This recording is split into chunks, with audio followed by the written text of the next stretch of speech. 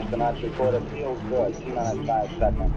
4, 3, 2, 1. Welcome to Beyond the Launch, the podcast that explores what really happens after the deal is signed and the product goes live.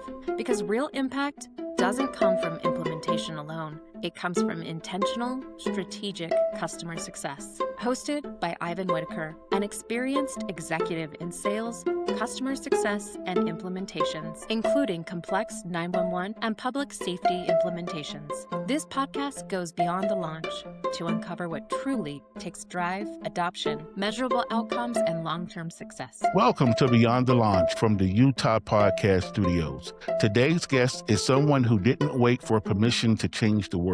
He left Yale as a student athlete, no less, took a Thiel Fellowship, and set out to fix one of the most critical, most overlooked systems in America, 911. Prepared was founded after Michael and his co-founders were personally impacted by active shooter incidents, and what started as a mission became a movement. Prepared's technology now synthesizes call audio, text, video, and real-time translation into a single view, supporting more than 1,000 agencies across 49 states. And in 2025, Axon closed its acquisition of Prepared, bringing this AI-powered emergency communications company into the world's foremost public safety technology ecosystem. On track to handle over 50 million 911 calls in 2026 across some of the largest cities in the U.S., this is a company that is not slowing down. A Forbes 30 Under 30 honoree, a Thiel Fellow, a founder who saw a gap between the technology we have and the technology protecting us in our worst moments and decided to close it. He is the co-founder and CEO of Prepared by Axon, Michael Chime. Michael, welcome to Beyond the Launch. Thanks, Ivan, for having me. I'm pumped to be here. We are excited to have you on the podcast today, Michael. Most entrepreneurs have a story, and your story is outstanding, just like many of the founders on the podcast. Can you tell us a little bit about your journey that sparked your interest in public safety? Yeah, thanks, Ivan. I appreciate the kind words there. I didn't intend to build a company. So I'll tell a story. I grew up in a town right outside of where there was an active shooter event about when I was 12, so back in 2012, and it was impactful. You know, that town was very small, blue collar, and so you saw how that rippled throughout the community. And I didn't know it at the time, but it became a catalyst for me as I went to college. It was also true that March for Our Lives was at its peak when I was in high school. And I've had this kind of back and forth conversation with my parents about this. And I just think, like, as a kid, when you were, and I was impressionable, that you thought about safety more. But my parents say, hey, we just didn't think about having a situation where we wouldn't feel safe in school. And I think with lockdown drills, et cetera, that was a thought in me and classmates' minds most days, right? And so as we went to college, I met two co-founders that became classmates, or that were classmates that became co-founders later, and they had a similar experience. They grew up in Connecticut, and so Sandy Hook had a real impact. And so the first thing we built was just an app schools would use in emergencies. And the basic idea was we would say, hey, as opposed to a school using, walkie-talkie or PA system, we'd say, why don't you just use your phone? That's a much better, faster means of communication. But everybody has one. And it did roughly well. We had a couple hundred schools across the country launched that simple platform. But it wasn't until COVID that we started thinking about 911. I joke and say sometimes if COVID doesn't happen, I may not start the company. I'd probably just take the FANG job after school like everybody else. But yeah, it was through the school wanting to share information to 911 that I walked into a 911 center for the first time. And I remember just being blown away by the opportunity to do just much better there, right? I remember I tell this story somewhat dramatically to others when I'm telling the founding story of just like, I was about to walk into a 911 center for the first time. And I remember being like super giddy and excited because I genuinely thought as a technology guy, I was going to see the best technology in the world. I thought it was going to be mission critical, military classified stuff. And then I just walked in and saw the inverse, right? And, it was despite the fact that you had people in the seats that were working incredibly hard and that the challenge I think necessitates the best technology that we can give, yet it's one of the places where we've allowed it to antiquate the most and just became a passion project of how do we make that better. And we've just incrementally tried to make progress over time. Steve McDonald of Wilmec Technologies, he said the same thing about when he walked into the dispatch center and first saw the technology. Why do you think that we're so lagging in 911 and technology today? Yeah, it's a good question. I think there's a lot of different variables at play there that make it hard to bring new things in.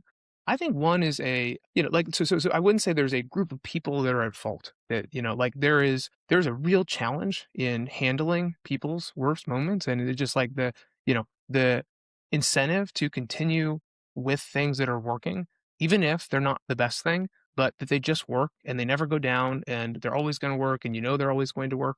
That incentive's strong, right? So directors aren't getting let go because they didn't do the new and expiring thing. They would get let go because they tried the new thing and it didn't work, right? It's just the challenge is so significant. So I think that's one. The second is that it's for a lot of reasons, and I can tell this story, it's just not the most attractive space for technologists to want to jump into. And I remember, I don't think if it weren't for that experience as a kid where I was thinking about safety and just, happened to be building things for it, that I would have stumbled upon 911. As we were building the company, like over time, it became more clear that it was going to have success, but it was really just a passion project. Like I would have a lot of people. I would go home for Thanksgivings and be like, "What are you working on?" And be like, "The 911 thing," and put it in air quotes. So what's the like flashy, exciting job you got out of college? And so the best and brightest from a technology perspective often don't look to public safety as the place that they're going to go and spend their time. And so there's a talent issue and a talent gap. And then it's also that just, and we can talk about how you implement new technology, but there's just so much work to do, right? So you talked about in the intro for us, I've been really, really grateful to work with a lot of centers across the country, and we're seeing the technology scale, but we are maybe 1% of what's needed to actually bring really, really amazing technology to the space. There's just so much to do there, right? And you can't just go and build the future and say, hey, here's the future, take it, right? You have to understand where folks are today, and then map with them side by side how we're going to see, kind of step to that future over time. So you got to be ready for a long haul kind of project. Yep, absolutely. And you touched on a lot there that, from a technology standpoint, I'll throw in funding as well, to where a lot of things that we need in this space, funding is just not there. We know where we need to go, but the resources to get there is just lacking. You began your journey at Yale, but during your senior year, you were awarded the Thiel Fellowship, a path that encouraged you to leave school and pursue a business full time. Was there a defining moment and you realized this is the leap that I need to take? Yeah, it's interesting you bring that up. I think there are other Thiel Fellows that were much braver than I was, and they had to do it at a much more challenging time. I was lucky that COVID happened. So a lot of my senior class, that was going to be my senior year, was taking the year off anyway. And so I said, okay, I'm working on this project. All my friends are off school. They don't want to do their senior year on Zoom classes. I might as well do that too. And since I'm working on the project, I'll apply for funding and get funded while I do it. And so it didn't feel at the moment so risky to me, and a COVID was, it gave me this unique opportunity to where it felt less risky. But 2-3 years down the line, when the fellowship was done and I was still taking years off, it became more risky. I think the defining moment for me where I was like, okay, I'm not gonna go back to school. I'm gonna work on this fully. Was one, we had the technology in a lot of places, and it seemed to be working. And the stories were really powerful. People would use the technology and save lives with it, and that's why we started it in the first place. We were also lucky, and you talked about funding. We were lucky that there was a lot of folks that before we even had progress that believed in us and gave us funding to pursue the project, and so that allowed us to have jobs and pursue our passions. And so, yeah, I think that's how we thought about it. So you're a Yale undergrad student and you go to your parents and you tell them you're going to make the leap. Yeah. How was that conversation with your Oh, parents? boy. It's actually a funny story. I don't think I've ever told the story publicly, but I'll tell it now. So with the Teal Fellowship, there was a in-person portion of it where I think they were doing like a docu-series, et cetera. So a number of the finalists, the film crew would come out and film you and talk to you about your story. And because I had not gotten the fellowship yet, and I was, super afraid to tell my parents, I had not told them until I was like at the very last interview. And so it took me, I was procrastinating. It took the film crew being on their way for me to finally get the courage to say, "Hey, mom, I'm doing this thing. I'm in the process to be a Teal Fellow." And she goes, "Oh, that's great, honey. Are they coming to film you? It's like an interview, et cetera." And I was like, "Yeah, mom, I'm getting close. Oh, and by the way, when you get this fellowship, if you get this fellowship, you got to drop out of school." And I was like, "What? Yeah, why didn't you tell me earlier?" And ultimately, to make a long story short, the film crew comes in and they film me. But I didn't know this. They were also going to film my parents and get their reactions to the fellowship. So my mom, having just heard an hour ago, has the camera on her and they go, "What do you think about Michael dropping out of school?" And she goes, "Well, I'm completely devastated, of course." And so it was not the best moment telling mom, but I was scared to tell her and procrastinated. Over time, though, as we started to have similar more stories and more centers that were using it, I think everybody was super encouraging and allowed me to do it. But that was the how I told mom's story. Yeah. So I get it. If you have a mother like my mother, I could understand what the reaction was. Yeah.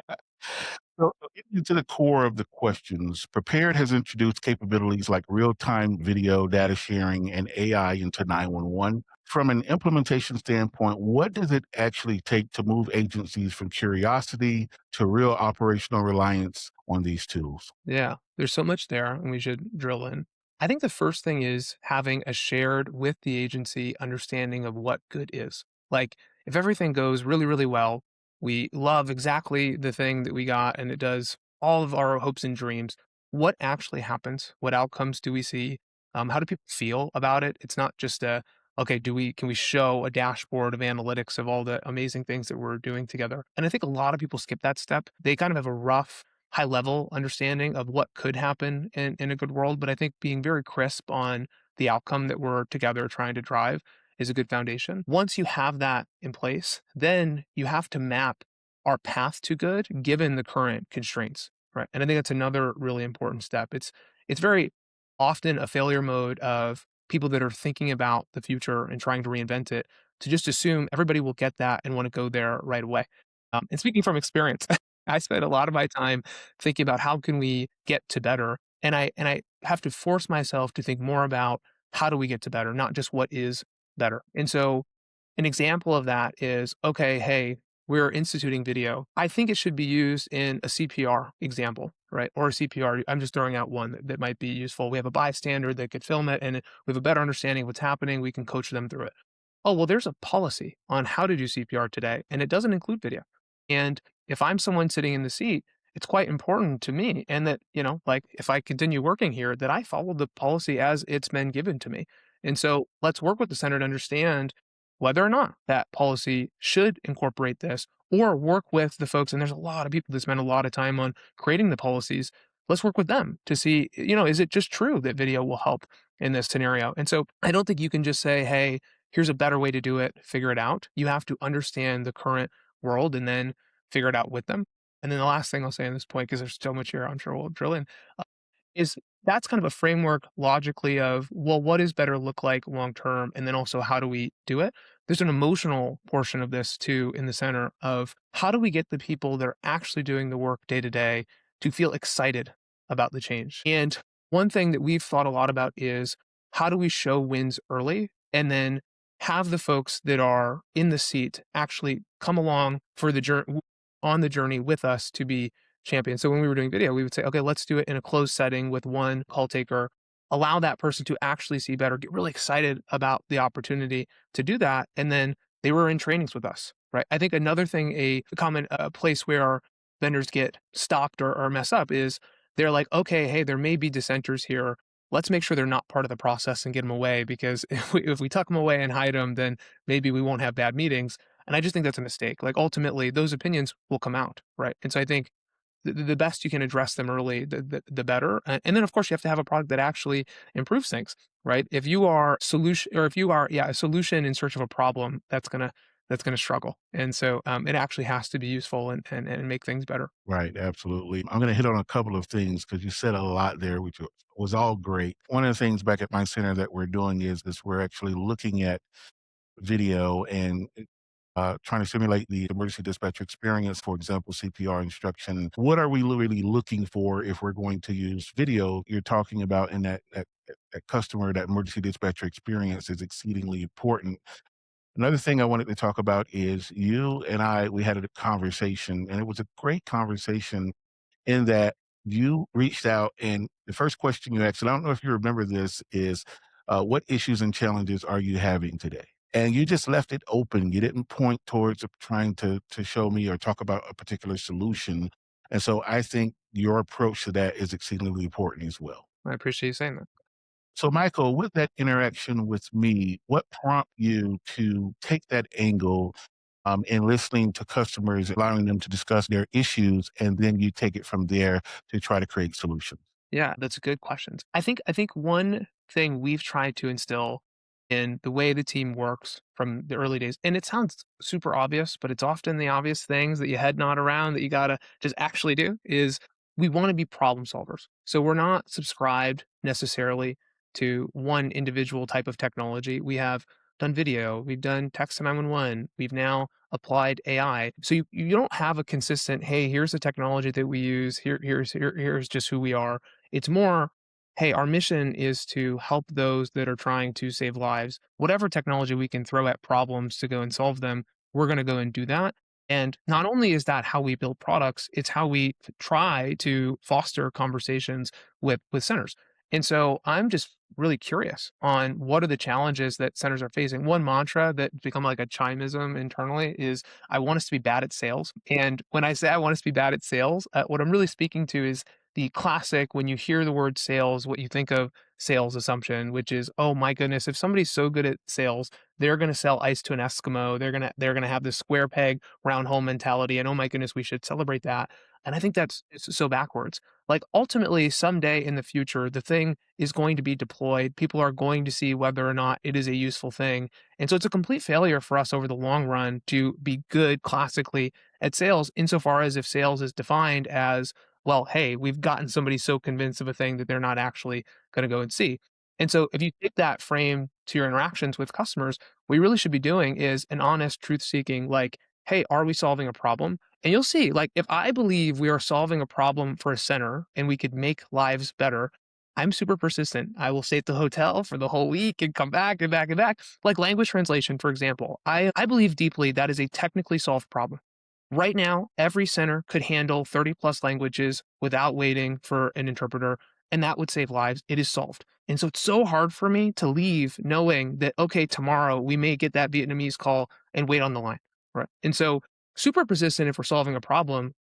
That said, if we go into a center and they have all the technology and the greatest things ever and we do nothing for them, we'll just get up and leave, you know? Hopefully often we are solving a problem, but I think that's an important way for us to approach it. And it's the best long-term thing for a business because you live in and die by your ability to solve actual problems for folks. And so we try to really make sure we do that. So, Michael, many agencies struggle after deployment when it comes to adoption. Where do you see the biggest gaps, and how has Prepared built its customer success approach to ensure technology actually changes outcomes? So we hit on a few of them. I think the first thing we try to do, we have a kickoff meeting, is make sure, and we pull this forward even before someone has said, yes, we want to work with you on a given project. We try to say, okay, if we deploy this thing, what happens and what specifically would you like to see? And then we have a shared outcome that we're pacing towards. And so we try to establish that super early. And again, it goes back to we want to make sure there's a really important problem to solve here and that it's on your list of priorities. I think both the not understanding that is a challenge because then you could do all this work and it could actually work how you think it should work, but that's not actually what they needed. And so that's a problem. But also it could just not be the important problem right now. We've had projects fail because people are going through CAD or radio changes, and it's just like, I don't have the time to pursue the thing right now. And that's A-okay, right? But we should just pull that up front and make sure that's, acknowledged and we make sure you're prioritizing the most important thing. So that's one. The second is that we have to look at, and for every piece of technology, we do a lot of things now. So we handle all non-emergency calls in some of the largest cities. We do translation across, getting close to hundreds of millions of 911 calls. We do text to 911, we do quality assurance, we do radio transcription, we do call handling now. So like there's infinite things we do. But with each individual project, making sure that we understand where you're at and then change our deployment process to meet the different varying places that centers are at, right? And so if you are already using a QA tool today, right? We may want to deploy just our training module, right? We may not actually want to, do anything around QA, right? And so we try to make sure that it matches where the center is at. And then the last thing too is we try to bring folks that are actually going to use it along in the process. And we find that improves outcomes too. Yeah. So, Michael, you've scaled across hundreds of agencies with very different environments. How do you balance standardization and implementation with the need to meet each agency operationally? It's a really good question. I actually think I would have answered this 5 years ago really different than I'm going to answer this today. 5 years ago, I think that was a trade off. So you would have to say, okay, we're either going to go really, really specific, and that's going to be really hard because we're going to have to put engineering resources against it, or just resources broadly, right? Support resources, et cetera. But namely, engineering resource, right? You had to build custom things. Or are we going to, hold the line and say, hey, we're not going to be able to build all this custom stuff because we got to put our priorities to the more generally applicable things. That was a trade off 5 years ago. I think now with AI, that's becoming less of a trade off, and that centers should hold us accountable to that. In the future, I think so. Now, I'm really talking about software. So hardware is a totally different discussion, and I think anytime you're moving stuff in the real world, there are constraints that don't exist with software. But as it relates to software, which is 90+% of what we're talking about here, I think the future will be very custom. It'll be kind of like, this is a silly example, but I think it's a good one. It'll be kind of like you go and you say, hey, I want pizza toppings, I want pepperonis, and I want mushrooms, and in 10 minutes it'll be ready, right? Like there is maybe not 10 minutes, but I think like now the ability to deploy new things really, really quickly creates the opportunity where we don't have to now balance this trade-off of customization versus generally applicable, because the bottleneck was building. Right. And now if we can have multiple agents working with an engineer, you can have a lot more custom deployments. So I'm interested. Now, look, that is not the world today. I just think as we see the rate of software change happening much more rapidly, that it won't be so distinct that you have to say we're either going to be generally applicable or we're going to be a custom. And so I think the future is going to be much more custom in how we build and how we deploy, generally speaking.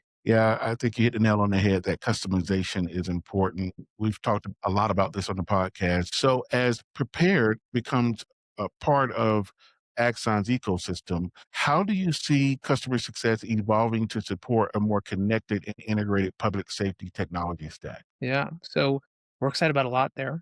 I thought about the journey with Axon for a really long time before we did it. And so I'll give you the why I thought it was a really good thing for, and look, like I've never had another job. I've spent my entire career in 911. I love the company so much. And again, it's all I've ever done. And so thinking through, okay, is this the best thing, was a really long, hard fought in my head decision. I ultimately landed that one, just the fact that we would have so much more resource would be really valuable.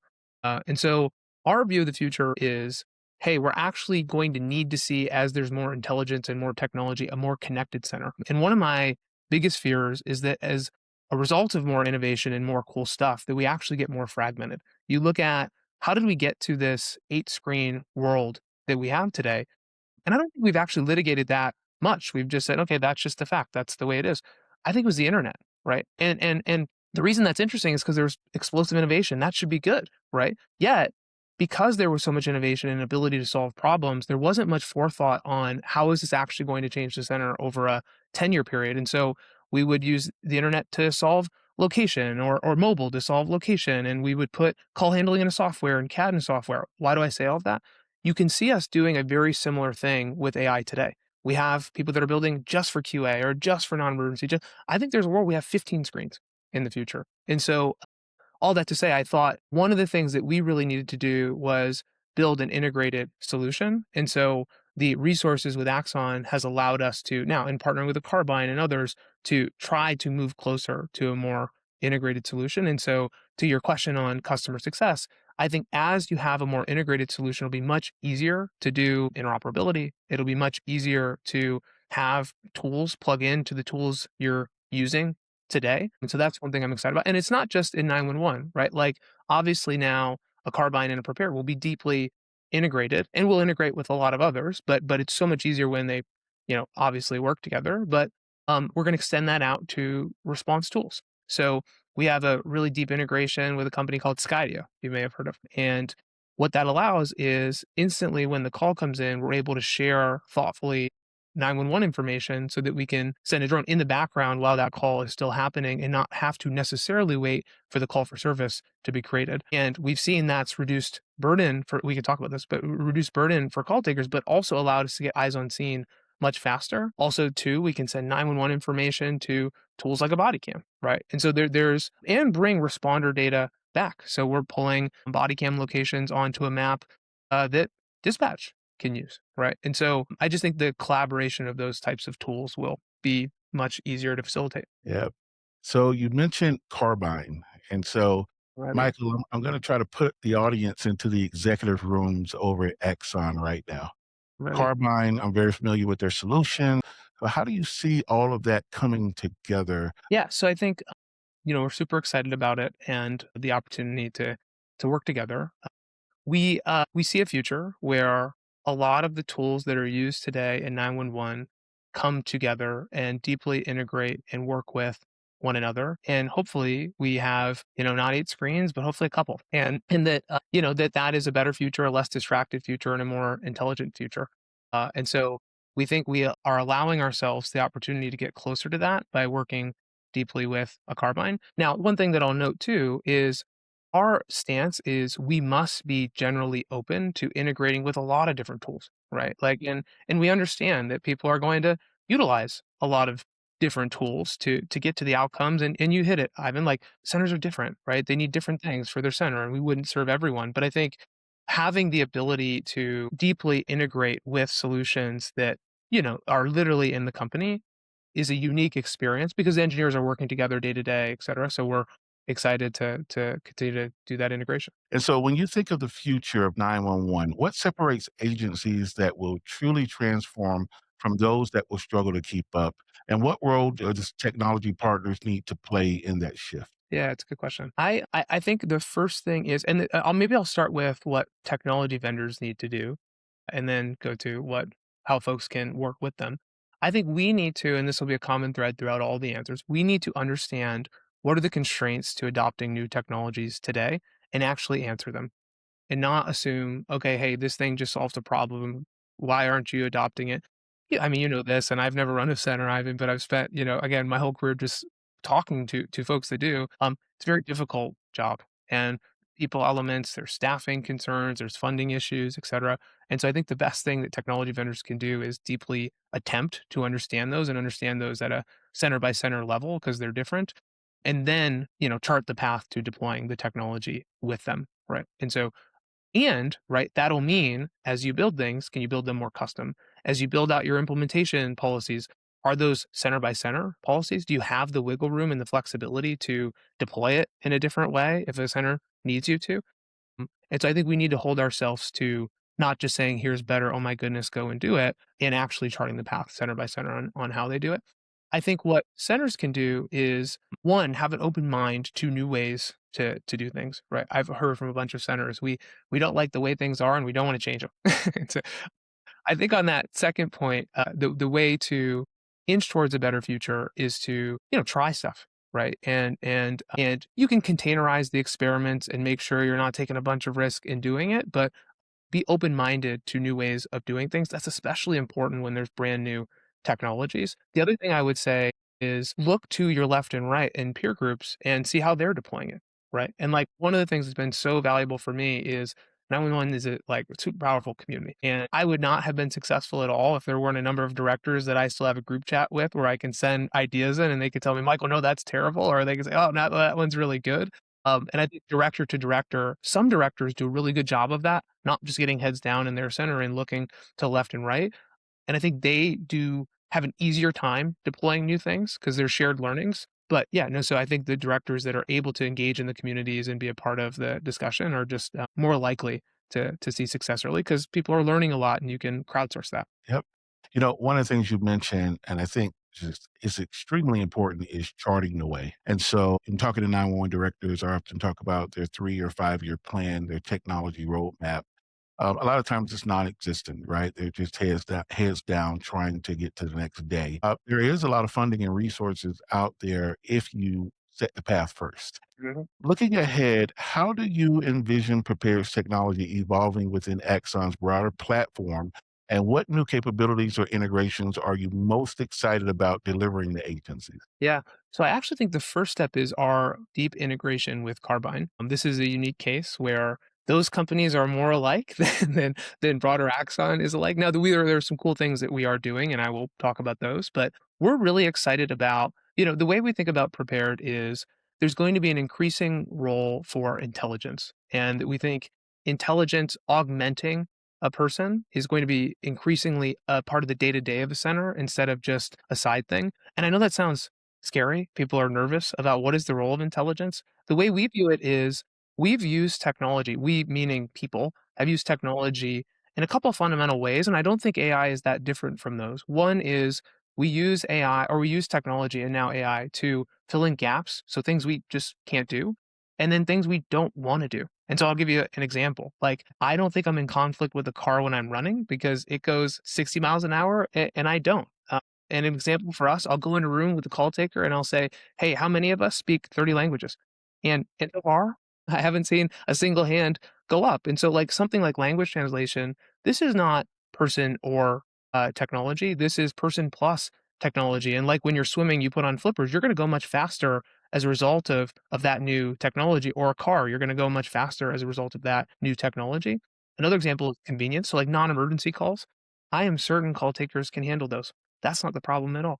I would just argue maybe we shouldn't. Kind of like washing your clothes by hand. You can do it, but maybe you shouldn't do it. And so to answer your question, we see prepared coming in and being the AI intelligence layer for centers that helps people do jobs they couldn't do alone, or frankly, we think shouldn't do, to free them up to do the most important things. And so that's not emergency calls, that's translation, that's QA, that's radio transcription. And we can talk about all the applications of those things, but our platform's continuing to evolve to solve problems for centers. Where we see Carbine subbing in is we believe that as intelligence becomes more important, we need to modernize the things under that intelligence to facilitate it. So, like I'm giving silly examples all day today. Another thing is like you probably wouldn't drive a Ferrari on a dirt road. It doesn't matter how powerful that thing is. And I think of that as AI. Today, we have a lot of still on-prem systems. And as long as we have completely on-prem solutions, AI will be on the side. You can't ingrain, you can't use the kind of best models in that world. And so I think our pipes, our call handling, our CAD, our logging recorders, all the things that are underpilling our centers need to modernize over time. And we look to the team at Carbine and we say, oh my goodness, they have built, really, really amazing architected systems in the cloud. And so the fusion of those two, we think will be the future of 911, where we'll have more intelligence and we'll have more modern systems. And our hope is that in the future, centers can literally work with a single technology stack if they choose to. Now we'll integrate with others if they choose to, and those 8 screens will become a couple in the future, and it will do all the things necessary for a center to run. And so we're most excited about fusing those two things, Prepared and Carbine, together to create a really, really powerful experience for 911. As it relates to Axon, we just think that information should flow more readily, and that it shouldn't be constrained to systems. So the fact that we know a call has come in, and that might be useful for a real-time crime center, that might be useful for a drone operator, if we can, again, thoughtfully, and this is in partnership with centers, if we can thoughtfully distill that information quickly and not, frankly, burden the 911 center with handling a call and also notifying their partners, that's really good, and it'll speed things up and improve the quality of working together. And then also we think what has classically been response data should be available to 911 so far as they want it, right? And so, like, if we could have body cam footage in a center, now if you don't want that, you don't have to, right? But in certain select situations, and AI is useful here, we can prioritize when it's useful, right? If we see something that actually may be helpful for somebody to have backup and be able to view it, we can tee that up. But I think making sure that all the information we have in front of us is thoughtfully shared and not siloed is really important. And we think that with the Axon ecosystem, and frankly, a lot of other ecosystems like a Skydio, right, that'll make collaboration much easier and better. Yep. I think what you mentioned about the fear of AI and your analogy of the car, right? I think all of that, what you just said, should be in a white paper. It's something that I'm going through right now, which I'm spending an hour with each of our members basically talking about the future, but making sure that we attempt to remove the fear. Great stuff, great outlook. What does success look like for Prepared with an Axon, and how will you translate into measurable improvements for dispatchers and the communities they serve? Yeah, good question. So I don't think the framework will change at all. We want to solve problems. We're really curious on how we can solve more problems. We think the buckets of problems today are, hey, where are there gaps in what we can do that technology could do? This is the language translation example.